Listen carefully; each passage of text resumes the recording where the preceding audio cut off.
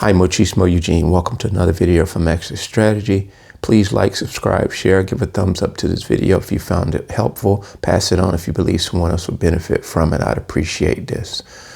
I've had to start this video twice because I got a call from a friend of mine regarding business, and I'm still aiming to finish this. So the title of this is going to be How Narcissists Infiltrate Assemblies, Spaces, and Places.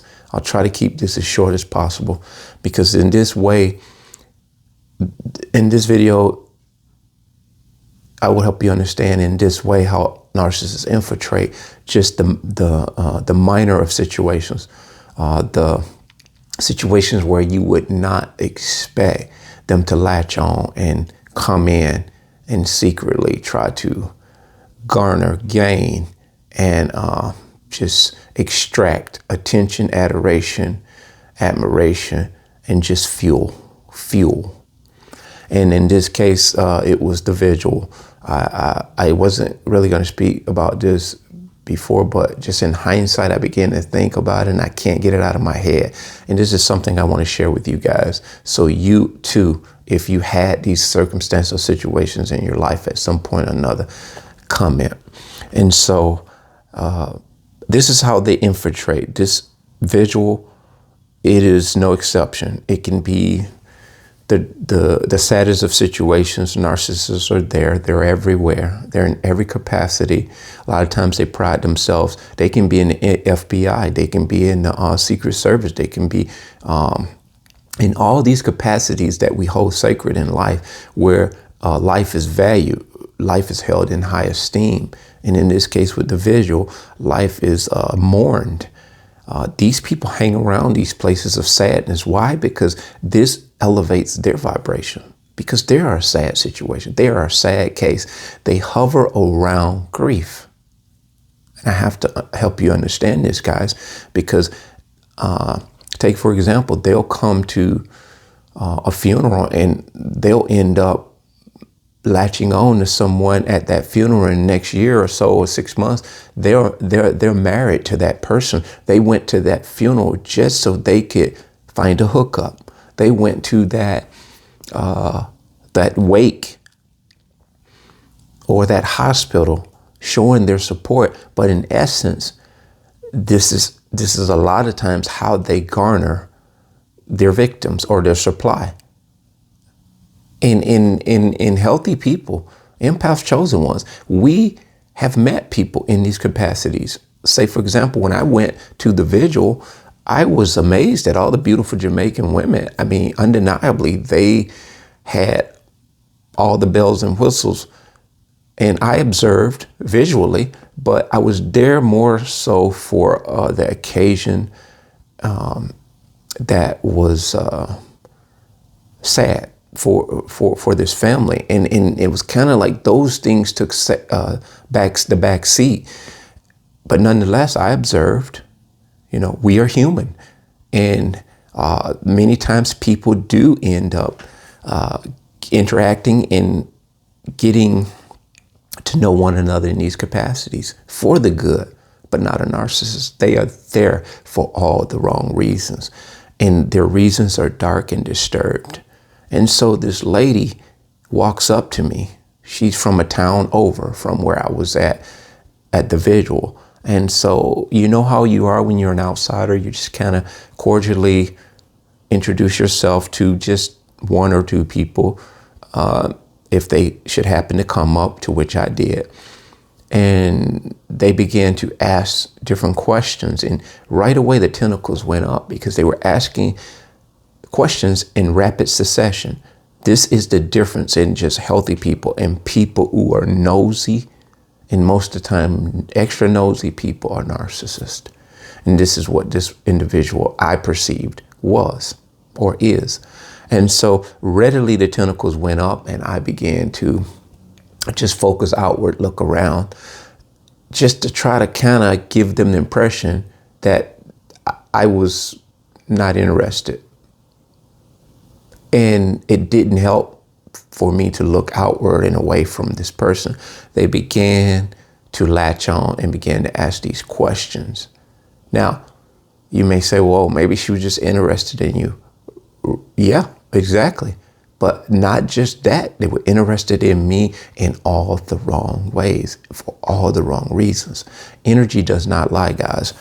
And so they began to ask me something like, where was I from? And I divulged my city, and to which they divulged their city. And then equally, they said, oh, I know what that is. I did this, and I used to do this in that city. And it was a sport that me and them shared in common. And I began to just cordially say, okay, I haven't done that in many years, but that is a great sport. Most people don't understand it, blah, blah, blah. And so I shut it down after a brief conversation about this sport we shared in common. This individual, this lady, found herself right there with me and the other individual woman that I was standing some distance away from, but everybody kind of was standing in little clusters, whether you knew each other or not. And so she began to just remain at this third party. And so as people, flocked in, and it became very apparent that they were ready to start the visual and what we were there for. And there were speakers at the podium. I began to start videoing. And I was standing in a different space at this time. I was standing by myself, but of course there were some people surrounding me at a few feet distance. We all gave each other space, unless you were family or whatnot. And so there was nobody in front of me, obviously, because I was videoing. And I had to have been standing there for maybe 5, maybe 10 minutes. And all of a sudden, I feel a body press in against me. And it presses in against me, and it remains there in my back and against the back of my hip buttocks area. And I looked to my side, and it was this individual lady that I had left over in another area of the building, or outside of the building. We were all outside, and this individual was pressed up against me, and I looked to my side, and I heard her say, "You're my wall against the wind. The wind, you're going to be my wall." And I immediately responded, "Oh," and I moved away from her, upward, forward, maybe about a foot. Instantaneously, without really giving off the impression that I was bothered by that. But I did, however, move up and let it be known indirectly that that ain't cool. And if,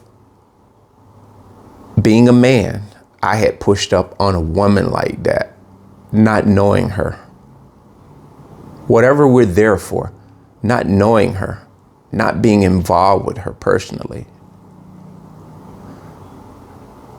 or a friend of hers that's known, and I pushed up on a woman like that, that would be deemed very inappropriate. That would be deemed, it would border on groping. And I felt similar. I felt pretty much the same way, that she imposed her presence upon me like that. And again, I had already detected and determined that this is very much narcissistic behavior, because I didn't mention, when she walked up and introduced herself, she began to seemingly get emotional and choked up about the whole situation, about the young kid losing his life. She was like, "Oh, this is so sad. I don't know what would make someone do this." I'm illustrating her. And I looked immediately towards her and didn't console her, just allow people to grieve or whatnot. And what I realized immediately, there were no tears. There were no tears. But I continued to, just like when you're awake and you see and you determine these things, and you will, empaths, you will know, Houston, we have a problem.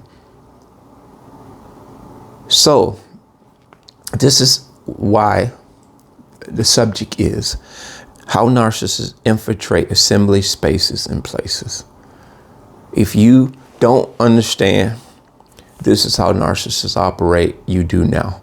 And in hindsight, I'm sure some of you can look back and say, wow, this makes perfect sense, the nonsense that I experienced. So when I moved forward in this respect, she didn't persist. And after the speakers and the outside engagement of the visual commenced, and they gave, Camille Williams gave she gave the little speech of commencement saying, you know, there is going to be some food served after we commence, and you can go inside if you want, and everyone who's not staying can proceed, and we appreciate you coming. It's something to that degree. And when everybody began to kind of move towards the entrance or move away from where we were in that assembly, either heading home or heading in the directions of inside, this lady walked up to me again and said, "Are you staying? Are you staying?" She said it almost twice because I paused on my response. "Are you staying?" And I said, "I'm strongly considering it." And I said it exactly like I just said it. I didn't look at her. I say, "I'm strongly considering it." And I think that was enough at that point in the way that I said it. Didn't give them a direct yes or no. I believe they understood finally at this point that this guy is not buying what I'm selling. He's not interested. You cannot latch on to his energy. He's not the one. And so these are just small things that you will look back at, and actually you can see them in real time, and you will realize that these narcissists will even flock to such things as visuals, funerals, in capacities where people are in the hospital. You'll have total strangers just pop up, and they'll say, "Well, I heard this on the news. I'm just here to be with the family." And you say to yourself, in this extreme situation with the hospital, someone just got shot or something. You look up and see this total stranger sitting there in the waiting room. First thing you're going to think is, who is this person? And for them to say they just heard this on the news, or maybe they may even say, "I was right there when this happened, standing there, and I just came along, and I just came here because I felt like I needed to be here for the family." Now, that's a difference in saying, "I saw everything that happened, and if there's anything that I'm needed for by police or anybody, I'm here for that." That's a whole different reason. So you got to be able to understand the difference, because narcissists will be there for all the wrong reasons. And when they begin to talk to you, you will immediately realize something is very disjointed about their camaraderie or their association to this thing. And this is how they infiltrate, because what they're trying to do is siphon energy, fuel from this sad occasion, this atrocity. And you may say in your mind, who does this kind of stuff? Nobody in their normal right mind. Well, we're talking about narcissists. They don't rationalize or think about things in the way that you do. They can take the saddest situations and they will sadistically hover around them. Because again, never forget, they are like drones. They hover around sad, sick, and suffering. And this is how the devil works. I hope you've gained something from this video, and I hope, looking back in hindsight, you too can relate to some instances where a person crowded you, pushed up on you, and gave you little to no space, and it just felt eerie. If you have, please comment. That being said, bless.